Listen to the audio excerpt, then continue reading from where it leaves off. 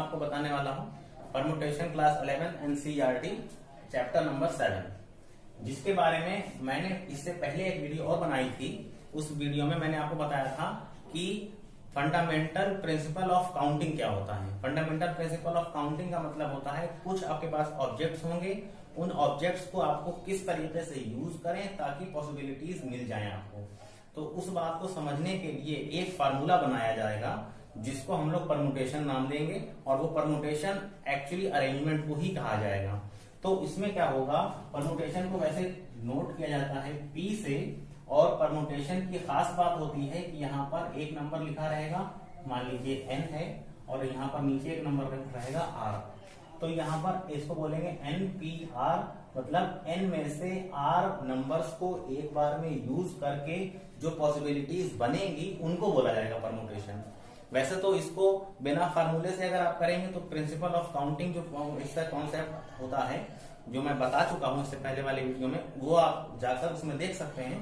उसमें आपको इसका यूज नहीं है, वो बगैर फार्मूले से आप कर सकते हैं। लेकिन अगर उसी चीज को फार्मूले से करना चाहें तो परमुटेशन पढ़ेंगे, इसीलिए वो चीज पढ़ने के बाद ये चीज बताई जाती है।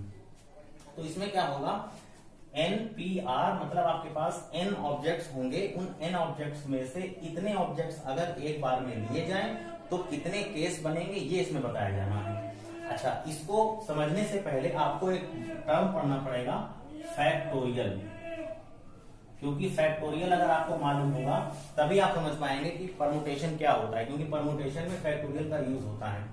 फैक्टोरियल का मतलब होता है किसी बहुत बड़े नंबर को शॉर्ट में लिख देना। जैसे कि मान लीजिए 5 है, ठीक है, इसके ऊपर फैक्टोरियल लगा दिया, ये फैक्टोरियल कहते हैं इस चीज को। किसी भी नंबर के आगे फैक्टोरियल हो सकता है, या किसी भी नंबर के ऊपर इस तरीके से फैक्टोरियल हो सकता है। फैक्टोरियल ये दोनों तरीकों से लिख सकते हैं, और फैक्टोरियल में दो चीजों को, किसी भी, ये नंबर लिखा हुआ है, अब इसको कैसे लिखेंगे आप, इसको लिखेंगे 5 इंटू 4 इंटू 3 इंटू 2 इंटू 1। मतलब कहने का यह है जिस नंबर पर फैक्टोरियल लगा होगा वो वैसे इतना बड़ा है, लेकिन फैक्टोरियल लगने की वजह से वो छोटा दिखाई दे रहा है। तो इसीलिए ये एक्चुअली फॉर्म है इसकी। तो इसकी वैल्यू क्या होती है, 5 4 20, 23 60, 62 120, 120 1, यानी कि 120 रहा। तो आप 120 को 120 ना लिख करके 5 फैक्टोरियल भी कह सकते हैं। इस 5 फैक्टोरियल को ऐसे ना कह करके ऐसे भी कह सकते हैं। तो मतलब कहने का ये हुआ कि फैक्टोरियल एक ऐसी चीज है जिससे किसी भी बड़े नंबर को शॉर्ट में लिख सकते हैं। इसको आप 5 फैक्टोरियल कह सकते थे तो ऐसे हो गया, लेकिन अगर आपके पास होता n, इसके ऊपर फैक्टोरियल होता, तब क्या करते हैं, तब ये करते कि n आता पहले, फिर n के बाद उससे एक कम, जैसे यहाँ पर 5 आया तो उससे एक कम आ गया, इसी तरीके से n, फिर उससे एक कम, फिर उससे एक और कम, मतलब हर बार कम होता जाएगा, कम होता जाएगा, कम होता जाएगा, होते होते होते होते लास्ट में 1 आ जाएगा, यानी कि 3 2 1। तो कहने का मतलब यह है कि किसी भी नंबर पर अगर फैक्टोरियल लगा हुआ होगा तो उसको आप क्या करेंगे, वहां से स्टार्ट करेंगे, और स्टार्ट करने के बाद फिर उससे एक कम कर देंगे, फिर उससे और एक कम कर देंगे, करते करते करते करते 1 पे जाके खत्म कर देंगे।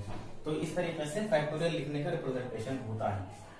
अच्छा, एक बात ये हो जाने के बाद में इसको आप ऐसे भी कह सकते थे, अगर आपके पास n फैक्टोरियल होता तो इसको आप कह सकते थे n इंटू n-1 फैक्टोरियल। तो इसमें इसके आगे के टर्म्स नहीं लिखना पड़ते, क्योंकि अगर हम इसको आगे ब्रेक करेंगे तो फिर इसको n-1, फिर n-2, n-3, n-4, तो इसलिए वो सब ना लिख करके हमने इस पर फैक्टोरियल लगा दिया। तो ये इस तरीके से हो गया। ये बात आप ऐसे भी समझ सकते हैं, अगर आपके पास 5 फैक्टोरियल होता, उस 5 फैक्टोरियल को आप लिख देते 5 इंटू 4 फैक्टोरियल, एक ही बात। क्योंकि आप इसको अगर ब्रेक करेंगे तो 4 इंटू 3 इंटू 2 इंटू 1, तो हमने इसको शॉर्ट लिख दिया। तो n फैक्टोरियल ऐसे हो गया। अच्छा, एक बात होती है, ये याद रखने की जरूरत है, इसका यूज करना होता है कहीं कहीं पर। इस बात को आप ऐसे भी समझ सकते हैं, मान लीजिए आपके पास 4 डिजिट हैं, 1 2 3 4, और इन 4 डिजिट में से एक बार में 2 डिजिट यूज करके आपको पता ये करना है कि कितने नंबर होंगे। ये बिल्कुल फंडामेंटल प्रिंसिपल ऑफ काउंटिंग पर बेस्ड हम काम कर रहे रखिएगा, और उससे हम परमुटेशन कैसे यूज करेंगे ये आपको पता चल जाएगा अभी, कि फंडामेंटल प्रिंसिपल ऑफ काउंटिंग को ध्यान में रखते हुए परमुटेशन कैसे यूज करना है वो इसमें पता चलेगा।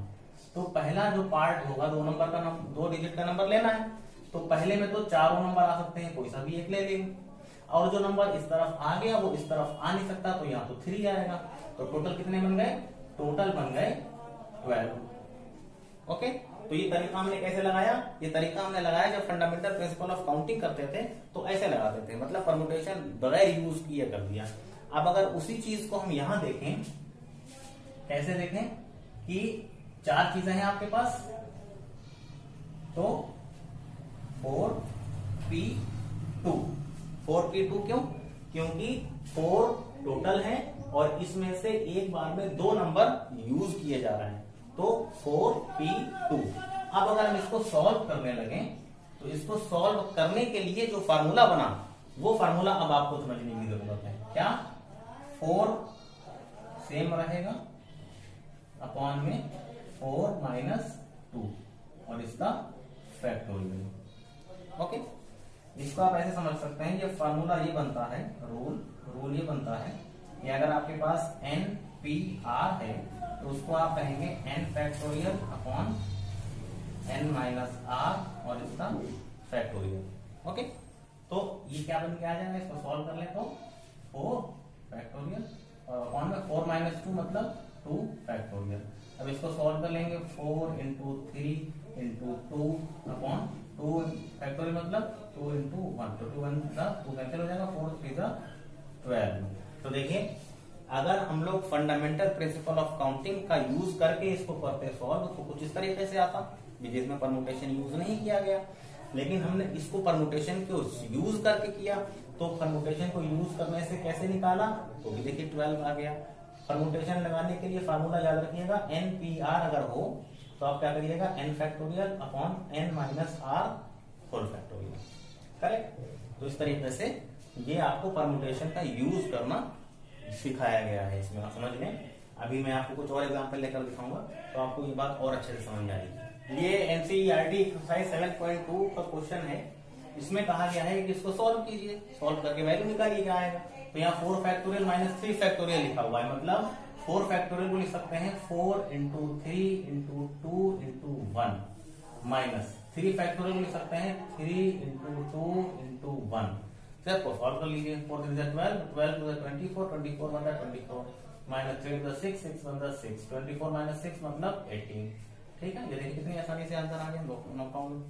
उसके बाद एक क्वेश्चन है, is this equal to this, मतलब 3 फैक्टोरियल प्लस 4 फैक्टोरियल ये दोनों मिला के क्या 7 फैक्टोरियल के इक्वल है? तो हम इसको सॉल्व कर लेंगे, LHS और RHS दोनों सॉल्व करके अगर इक्वल आते हैं तो इसके इक्वल है, नहीं आते हैं तो नहीं इक्वल है। तो इसको सबसे पहले LHS ले लीजिए, 3 फैक्टोरियल मतलब 3 into 2 into 1 plus 4 factorial 4 into 3 into 2 into 1, 3 plus 6 6 plus 1 6, 6 into 1 6, 4 3 12, 12 24, 24 1 24, तो 24 प्लस 6 मीन्स 30। तो ये तो LHS आ गया। अब RHS लेंगे, RHS क्या है? RHS 7 factorial. 7 फैक्टोरियल तो बहुत बड़ा नंबर होता है, मतलब 7 into 3 into 7 into 6 into 5 into 4 into 3 into 2, तो ये तो बहुत बड़ा नंबर आ जाएगा। तो इसका मतलब LHS is not equal to RHS। Okay, so this is no, these two results are not equal to each other। Question number 2 था ये। उसके बाद क्वेश्चन नंबर 4 है, if 1/6 factorial plus 1/7 factorial equal to x upon 8 factorial, find x। तो x की value find कीजिए। तो इसको करने के लिए भी क्या करेंगे, 1/6 फैक्टोरियल को सेम रहने देंगे, इसमें एक्सपेंशन नहीं करेंगे, एक्सपेंशन करने से नंबर बहुत बड़ा हो जाएगा, उसको सॉल्व करने में मुश्किल हो जाएगी। प्लस 1/7 फैक्टोरियल, 7 फैक्टोरियल लिख सकते हैं 7 into 6 factorial equal to x upon 8 factorial लिख सकते हैं 8 इंटू 7 इंटू 6 फैक्टोरियल। 6 फैक्टोरियल हमने इसलिए सब जगह बना लिया ताकि हम 6 फैक्टोरियल को कैंसिल कर सकें। देखिए कैसे, 1/6 फैक्टोरियल यहाँ से कॉमन निकाल लिया, तो यहाँ रह गया 1 प्लस 1/6 फैक्टोरियल चला गया, 1/7 आ गया equal to x upon 8 into 7 into 6 factorial. अब 1/6 फैक्टोरियल 1/6 फैक्टोरियल दोनों तरफ से कैंसिल, तो ये हो गया 7 इंटू 1 7 प्लस 1 8, 8/7 इधर हो गया x अपॉन 8 इंटू 7, 7 से 7 कैंसिल, 8 इधर चला गया, तो x इक्वल टू 8 8 64, तो x की वैल्यू 64 आ गई। इस तरीके से x निकल सकता है। ओके, उसके बाद एक्सरसाइज 7.3 है। इस 7.3 में question number 1, how many 3 digit numbers can be formed by using the digits 1 to 9 if no digit is repeated. अब ये क्वेश्चन अगर हम लोग देखें तो ये क्वेश्चन बगैर परमुटेशन के भी कर सकते हैं। फंडामेंटल प्रिंसिपल ऑफ काउंटिंग अगर यूज करेंगे तो उसमें सारे नंबर लिख लेंगे पहले, फिर उसके बाद में काउंटिंग करके देख लेंगे किसमें कितने नंबर आ रहे। लेकिन हम यहाँ पर परमुटेशन का यूज करके इस क्वेश्चन को आपको करके दिखाएंगे। देखिए इसमें क्या लिखा हुआ है, इसमें लिखा है 3 डिजिट के नंबर फाइंड करना है, मतलब 3 डिजिट लेना है एक बार में। और दिए कितने सब मिला के दिए हैं 1 से लेके 9 तक के नंबर, मतलब 1 2 3 4 5 6 7 8 9 ये सारे नंबर दिए हुए हैं। और इनमें से एक बार में 3 डिजिट लेके, मान लो ये ले लीजिए मैं 3, मान लो ये 3 ले लिए, मान लो ये 3 ले लिए, कोई से 3 डिजिट लेना है एक बार में कहीं से भी कहीं पर के। तो कितने नंबर बनेंगे ये पता करने के लिए परमुटेशन का यूज अगर करें तो क्या होगा, डायरेक्ट बहुत आसानी से 9p3 9p3 मतलब 9 में से 3 नंबर ले लीजिए, तो उससे पता चल जाएगा कितना रिजल्ट आने वाला है। तो टोटल नंबर्स आ गए 9p3। 9p3 मतलब पहले n फैक्टोरियल मतलब 9 फैक्टोरियल अपॉन में कितना 9 माइनस 3 फैक्टोरियल, तो 9 माइनस 3 इस तरीके से लिख दिया। अब क्या बन गया 9 फैक्टोरियल सेम, और यहाँ 9 माइनस 3 मतलब 6 फैक्टोरियल, 6 फैक्टोरियल लिख देंगे। उसके बाद 9 इंटू 8 इंटू 7 इंटू 6 फैक्टोरियल पर रोक देंगे, और अपॉन में यहाँ लिखा हुआ है 6 फैक्टोरियल। अब ये देखिए 6 फैक्टोरियल से ये 6 फैक्टोरियल कैंसिल हो जाएगा। उसके बाद क्या होगा 9 इंटू 8 इंटू 7, 9 इंटू 8 7 56, 56 इंटू 9 कर देंगे तो रिजल्ट आ जाएगा 50। तो 504 जो है ये इतने नंबर्स बनेंगे। अगर इतने नंबर्स आपको दिए, इतने डिजिट्स दिए हुए हों, इतने डिजिट्स में से अगर एक बार में आप 3 डिजिट लेते हैं तो कितने नंबर बनेंगे 504 नंबर बनेंगे। और यही रिजल्ट है, परमुटेशन का यूज करके देखिए हम कर रहे हैं। अगर हम चाहते इसको तो फंडामेंटल प्रिंसिपल ऑफ काउंटिंग से भी कर सकते थे। तो ये देखिए परमुटेशन का यूज। ओके, क्वेश्चन नंबर 3 इसमें लिखा है how many 3 digit even numbers can be made using the digits 1 2 3 4 6 7 if no digit is repeated. मतलब 3 डिजिट के कितने इवन नंबर्स हों जो इतने इतने नंबर्स मिलके बने। जैसे समझे आप 3 डिजिट हैं, unit place, tens place, 100 place, 3 digit का नंबर हो गया। यहां पर अगर कोई इवन नंबर आ जाए तो ये पूरा नंबर इवन हो जाएगा। अब यहाँ पर क्या क्या आ सकता है, 2 आ जाए यहाँ पर तो इवन हो गया, 4 आ जाए यहाँ पर तो इवन हो गया, 6 आ जाए यहाँ पर तो इवन हो गया, क्योंकि 2 4 6 खुद इवन है।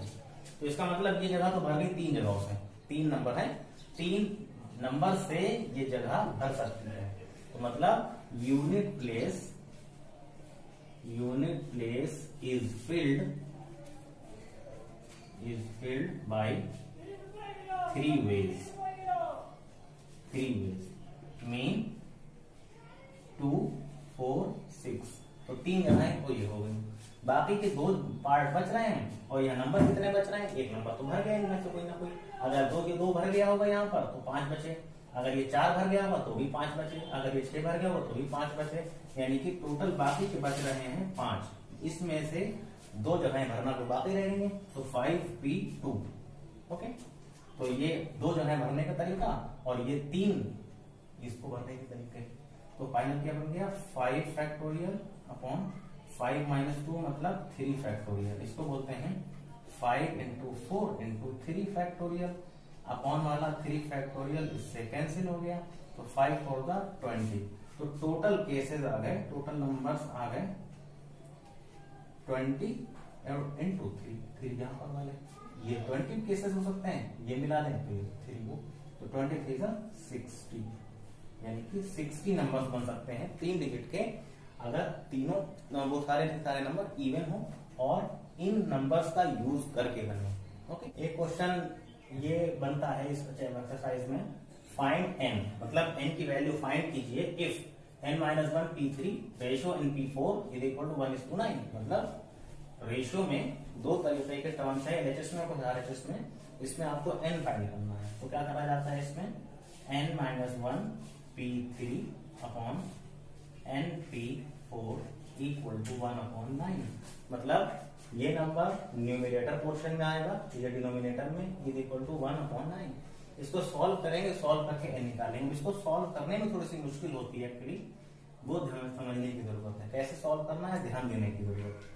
सबसे पहले इसको आप सॉल्व करें as a formula npr is equal to n factorial, वो सब करके तो उससे बन गया ये n-1 फैक्टोरियल अपॉन n-1 -3 और इसका होल फैक्टोरियल। ये npr को एक्सपेंड करने का तरीका वैसे लिखिए अपॉन सेम चीज n factorial upon n-4 whole factorial equal to 1/9 same रहने दिया। ओके ना, ये डिनोमिनेटर न्यूमिनेटर, ये भी न्यूमिनेटर डिनोमिनेटर, तो ये नंबर इसके साथ मल्टीप्लाई करेगा और ये दोनों नंबर आपस में मल्टीप्लाई करेंगे। तो क्या बनेगा ये n-1 होल फैक्टोरियल और ये जब इसके साथ गया तो ये बना n-4 whole factorial upon n factorial तो चल रहा था और ये n-1 -3 मतलब n-4 whole factorial equal to 1/9। n-4 cancel हो गया। गुड ना, उसके बाद आ गया ये n-1 अपॉन n फैक्टोरियल और यहाँ पर भी फैक्टोरियल इक्वल टू 1/9। ओके, उसके बाद अब क्या होगा, अब ये होगा कि यहाँ पर n-1 फैक्टोरियल तो चलता रहेगा, मगर यहाँ n फैक्टोरियल को लिख सकते हैं n इंटू n-1 फैक्टोरियल इस तरीके से। तो क्या हो गया ये 1/9। ओके, अब ये 9 n-1 दोनों तरफ से फैक्टोरियल में कैंसिल हो गया। यहाँ रह गया 1/9 इक्वल टू 1/n, यहाँ पर 1/n is equal to 1/9। Cross multiply n equal to 9, this is the result. Okay, तो इस तरीके से यहाँ पर आपसे n पूछा गया था, ये n निकल के आ चुका है। क्वेश्चन नंबर 8 बनता है इसमें हाउ मेनी वर्ड्स विद और विदाउट मीनिंग, यानी कि कितने वर्ड्स मीनिंग और बिना मीनिंग वाले कैन बी फाउंड, यानी बनाए जा सकते हैं यूजिंग ऑल द लेटर्स, सारे लेटर्स यूज करते हुए of the word equation. Equation एक वर्ड है जिसमें बहुत सारे लेटर्स हैं E, Q, U, A, T, I, O, N। ये सारे लेटर्स यूज करके कितने नए वर्ड्स बन सकते हैं, चाहे उन वर्ड्स का मीनिंग बन पाए चाहे उनका मीनिंग ना बने। Using each letters exactly once, एक लेटर एक बार ही यूज करना है। देखिएगा E, Q, U, A, T, I, O, N, मतलब ये 8 लेटर्स हैं। इन 8 लेटर्स में से 8 लेटर्स को यूज करके अलग अलग तरीकों के वर्ड्स बनाना है। मतलब E इधर कर दें, Q इधर कर दें, बाकी सब सेम रहने दें। एक वर्ड वो भी है, मतलब बने ना बने उसका मतलब नहीं। Q इधर कर दें, U इधर कर दें, एक वर्ड वो भी बनेगा। यानी कि T इधर, A इधर, U इधर, मतलब सारे लेटर्स अदला बदली करने के बाद भी जो नए लेटर्स बनने के बाद जो नए वर्ड्स आएंगे वो सारे वर्ड्स जो है ना उन कितने होंगे, इस तरीके से आपको ये काउंटिंग करना है। इससे पहले जो क्वेश्चन शुरू में किए थे उसमें इतने दिए होते थे, उसमें से कुछ चीजों को यूज करके काम करते थे।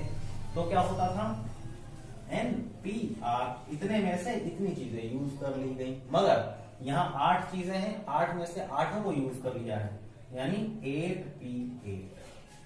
सीधी सी बात है ना, कोई भी नंबर रिपीट कर नहीं रहा और सारे लेटर्स यूज करना है और जितने यूज करके लेटर वर्ड्स बनेंगे वो पता करना है। यानी 8 में से सारे 8 के 8 को यूज कर लेंगे तो 8P8।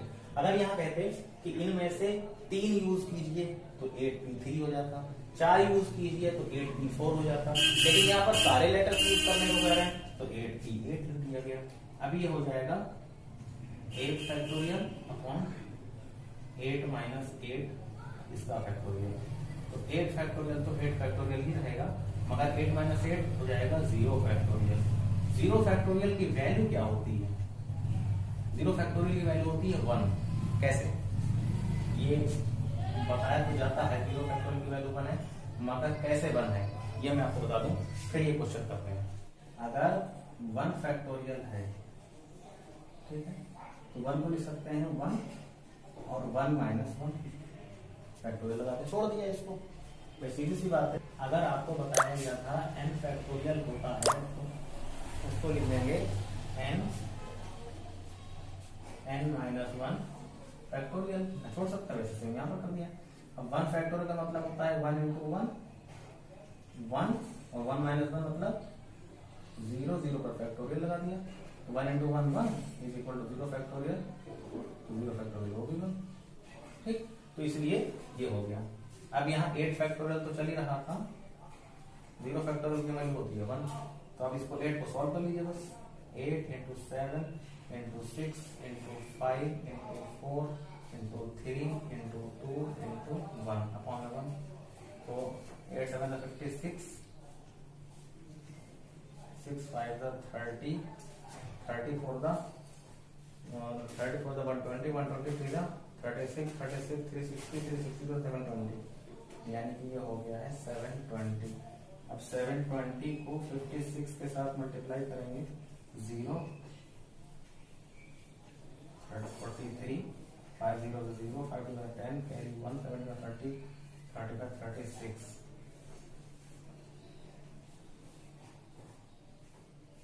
0 2 3 4 6 + 4 10 43 20 40320। यानी कि इस इक्वेशन को यूज करते हुए सारे लेटर्स अगर यूज कर लें तो 40,320 तरीके के अलग अलग नंबर्स, अलग अलग वर्ड्स बनेंगे जिसमें ये 8 के 8 लेटर्स होंगे।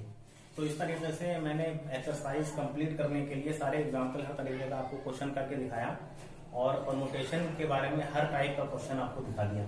फिर भी अगर आपको कोई डाउट रह गया हो तो आप लोग हमें पूछ सकते हैं कमेंट करके, मैं आपको कोशिश करूंगा समझा सकूं और आप सेटिस्फाई होंगे। कोई कमी रह गई हो तो मुझे कमेंट